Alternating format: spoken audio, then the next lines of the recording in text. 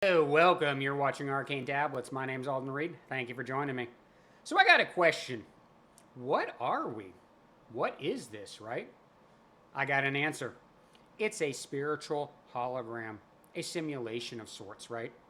In the end of the day, there's nothing but spirit, actually. In fact, most modern scientific research backs this up. When you try to zoom in greater detail, right, on all that atomic structure and see what's going on down there, right? Turns out not very much. There's not much there. Not much here. It's like 99.9999% nothing. Really, it's probably actually 100% nothing, but they just can't actually see that, right? That's kind of one of the tricks about understanding spirit is that you cannot really measure it, which is why, of course, there's so many people running around thinking that we're just physical or something. But obviously, in the spiritual and metaphysical community, we know better. We're definitely aware that we're not a body. We're definitely aware that there's no here. We're definitely aware that physicality is an illusion. That's not so controversial. But I got a bigger question for you. Are we a spirit or a mind? Because there's a lot of people out there, certain traditions and whatnot, who will say that the universe or reality is somehow mental or consciousness or thought, right? We hear about the word, right? I got to tell you something though. You're not a mind either. You're not consciousness. You're not thought. That's no more real than your body, okay? Newsflash! It ain't. You are a spirit. You are a soul having a physical experience, and the mind or your consciousness is the medium by which your body and spirit can interact. So the mind and the consciousness is like halfway in between. If we think about energy and matter coming from the raw primeval void is sort of the negative polarity, and spirit, which is what our souls are made out of, right? And what light is made out of, right? As the positive polarity, then really the neutral polarity is thought, is consciousness, right? Is mind. It's sort of halfway in between this energy and matter and this spiritual soul stuff, right? And again, it's the means by which the two interact. Energy and matter, physicality and spirit and soul, they cannot even exist together. They just can't get along, just arguing and whatnot, right? There could be no universe. There wouldn't be any creation. It would just be destruction. Spirit trying to create things and energy just kind of blowing things up. Kind of complicated. I talk about it in my video talking about the basic metaphysics of the universe if you want to learn more about negative and positive and neutral energy and some of the dynamics of what's going on here. Trinities, 333, right? Very important. Always comes in threes, right? Body, soul, mind. But like I said, the confusing thing, and I know, okay, you got to understand this. When you're trying to understand higher metaphysical truths, there's going to be a lot of things that just don't make sense. Sometimes they're going to be kind of paradoxical. So, yeah, we're here having an experience. I'm in my body, essentially, and I'm using my mind, my computer brain mind. Dee-doo-da-doo-dee-doo. I think I know everything, but actually I don't know anything because I'm just a piece of hardware. But really, like I said, I'm a soul. You're a soul. We're just spiritual. And yeah, ultimately, everything is spiritual, but for all intents and purposes, that's not how it works. So there's sort of a pragmatic way that reality functions, and then a deeper truth to how it is. It is all illusion or Maya. That's absolutely true. But, you know what? At the same time, a lot of people, a lot of spiritual people, metaphysical people, get a little caught up in that. Yeah, it's illusion, but it's also still real at the same time. I know, seems like a contradiction, might not really make sense. Again, these are the things you're going to have to live with. Well, you live in it and live with it, right? Here in this Maya and this illusion, which is not real, but also, pragmatically speaking, real. And even more bonkers than that is the fact that really we're always like this, okay?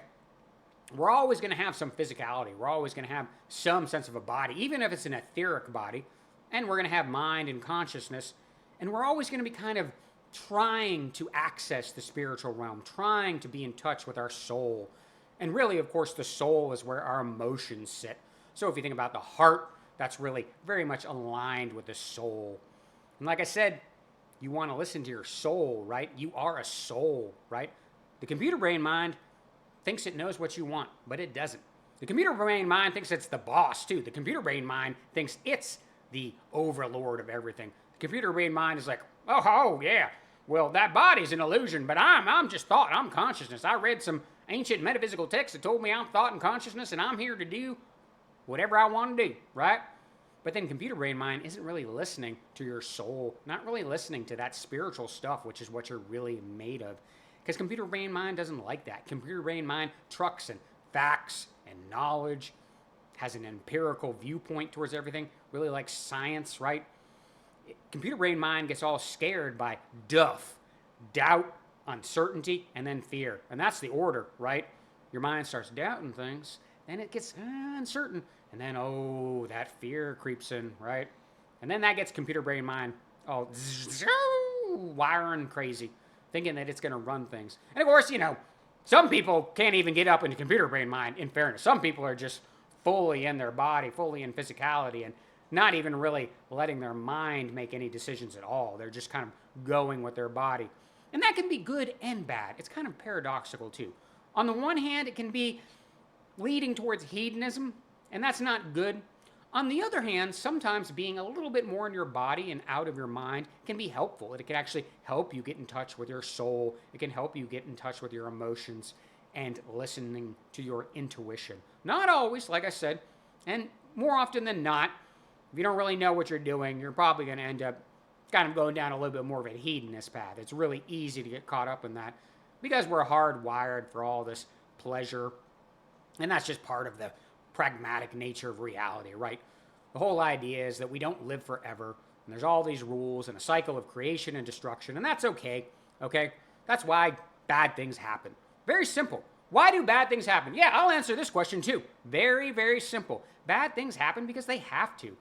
Because good wouldn't have meaning. Love wouldn't have meaning. All the positive stuff that we want to move towards, all the fun things that we want to do in this never-ending story that is reality, really, it's a series of never-ending stories, right? A series of universes, and each universe is a new story, right? This universe will come to an end one day. I promise you, okay? It's not infinite. It's not infinite in space, actually, nor is it infinite in time. Now, time is infinite. Reality, which is more primal than the created universe, that is eternal. That is infinite. The idea that we're always kind of incarnating in these bodies, right? In these different worlds and dimensions and whatever, having all these experiences. There's heroes and villains and dramas. It's just like our stories, right? We pick up a book, we watch a movie, watch a TV show, whatever it might be, right? Because we love the drama. What else are we doing here? Oh, yeah, maybe we will ascend. Maybe we'll go to a different dimension. Maybe we'll fly to some other worlds. Maybe we'll do this and that. Oh, well and good. Ultimately, we're always going to come back to this. And it's always just going to be more Maya, more illusion, right? You really want to sit in heaven or nirvana or some other perfected state, however you want to think about it, maybe the fifth dimension, right? Forever? What are you going to do there, right? And of course, when we talk about those places, maybe a little bit with the exception of nirvana or cosmic consciousness, which is kind of often conceived of as something very amorphous and whatever. But even so, whatever. If you think about it more like heaven or the fifth dimension, everything going on there is like quote unquote good. So it's funny when people talk about it because sometimes there's this idea that we're trying to sort of transcend the story, transcend duality, transcend the heroes and the villains and all the drama. But at the same time, when they talk about these places that we're going to go to, they conceive of them as basically being all good, with all the good stuff, right? Floating on clouds, right? Drinking ambrosia, having Cupid, or whatever it is. I don't know. And then, we're just going to come back here eventually, right? Because it's getting boring up there. And again, that's what I'm saying. That's why bad stuff does have to happen. That's why there is evil even in reality. Because it wouldn't be compelling, okay? That's what we do. We incarnate, get in these bodies. Like I said, drama, heroes and villains, right? Stories. It's just story time. That's all we're doing. We're just having a never-ending story time, a series of never-ending stories. Because eventually we get bored even with a story. And the story's got to come to an end. The universe has got to come to an end. It's going to, whatever, we're all going to wake up. It'll kind of implode. Then we'll start over again, recycle it back. And then our souls, which is all we really are, will transmigrate to that new universe to have a new story. You get it? You get it? You get it? I think you do. All right? So ultimately, like I'm saying, you are a soul. We are souls. The only thing that is really, truly real is spirit. Okay? But at the same time, paradox alert. This is still real. It's pragmatically real. So you kind of can't get caught up in either, right? You don't want to get caught up in the hardcore materialist mindset. Oh, God, we're just on this rock spinning through space and everything's just kind of nasty, brutish, and short, and evolution and survival of the fittest. No, those are the forces of darkness talking right there, metaphysical forces of darkness. Ooh, and they're very real. Believe you me, I know you know. I know you know. Oh, you know about that demiurge? Oh, you heard about him? I think you might. Maybe you should go watch some of my other videos talking about the basic metaphysics of the universe. I already kind of introduced him. Yeah. Anyways, let's get back to what we're talking about. I think we've made it pretty much clear. Like I said, okay, we are souls. It's spiritual simulation. That's what reality is. So it's funny, right? People are always like, "Oh my God, are we trapped in a computer? Did some aliens make us and trap us in a computer?" That doesn't make any sense. Now, even if that was true, let's just suppose it was, you would still have to explain the aliens, because then they would be in some kind of more real reality, okay? So you can keep going back and reducing it and zooming out, but you're still going to have to explain a reality. And the only true explanation that makes sense is that this is a spiritual simulation, a spiritual hologram.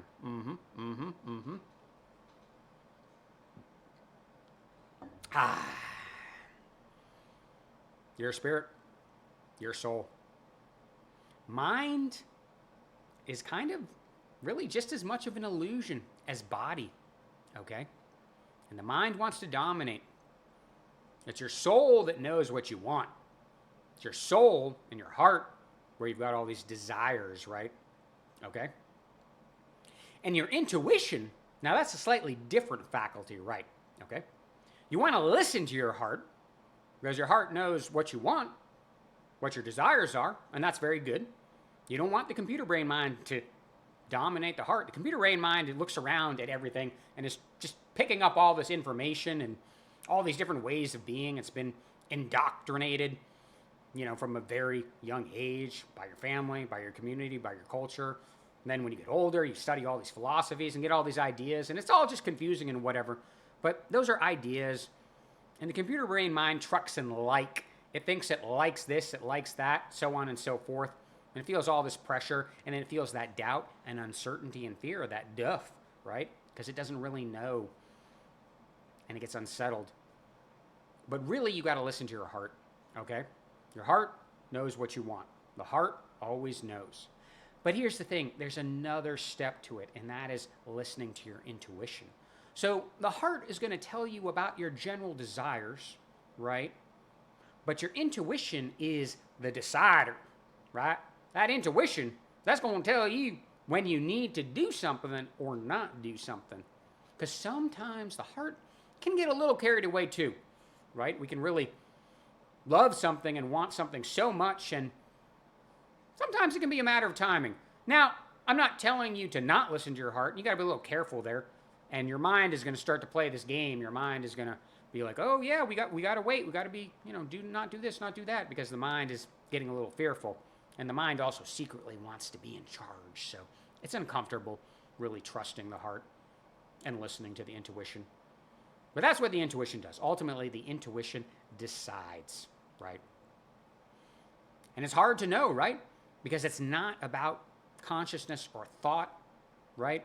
The intuition is just this, I don't know. You can't even describe it. I'm trying to use words. I'm trying to use my thoughts to describe it, but it's elusive. It's ephemeral. It is kind of the stuff of spirit as well. It's just this feeling, but not quite a feeling either, that's telling you, let's do this or let's do that or whatever, okay? Your emotions are a little bit easier to understand. Your desires are a little bit easier to understand. You can somewhat analyze those with your mind.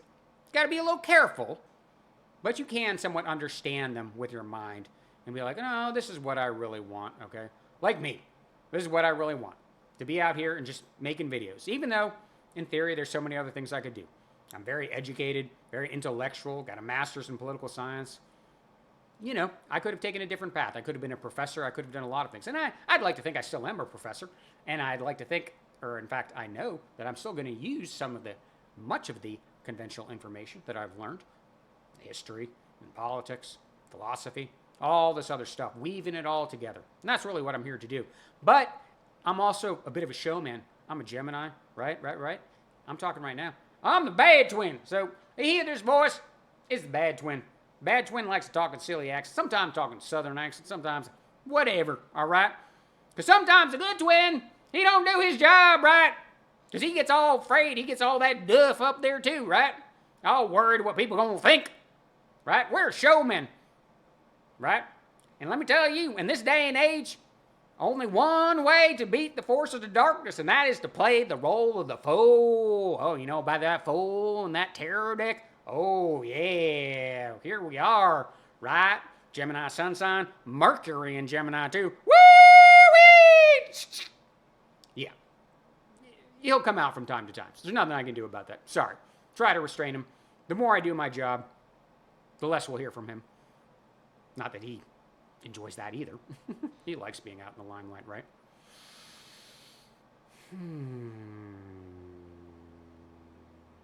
So, you are a soul. This is a spiritual simulation, a hologram, a spiritual hologram. Okay? Yeah, obviously, your body's not really real, but neither is your mind really either. The mind, consciousness, thoughts, they're also illusions. You are not your thoughts. This is very important. And we're going to talk. Oh, yeah, we don't, you got this all? Yeah, calm down. We're going to talk a lot more about this. You got to be a little bit careful when it comes to thoughts coming into your mind. About where they're coming from. Okay? See, it's much safer just to trust your heart and listen to your intuition. It's even kind of safer sometimes just to be in your body and feel that kind of, sometimes even cutting the mind out, okay? The mind is most susceptible to attacks and manipulation, right? Yeah, it's an open channel up there, right? An open receiver. And anyone, any being, any consciousness can start sending some ideas and thoughts into your mind, okay? But you are not a mind. You're a soul, made of spirit, having a physical experience. And the mind, the computer brain, is the medium that helps you do so. All right. Plenty more to say, I'm sure, but I think that's good for right now. Don't you? Yep. Good job there, Old. All right. You're just going to have to get used to this. I'm going to have to get used to this. Yeah, you are, Old. You are. I want you to know that I love you very much, and that God loves you very much, or a great spirit, or divine intelligence, or the universe, whatever you want to call it. I think God's perfectly fine, but whatever. We will see you again very soon for another Midnight Riff. Woohoo! Catch you later.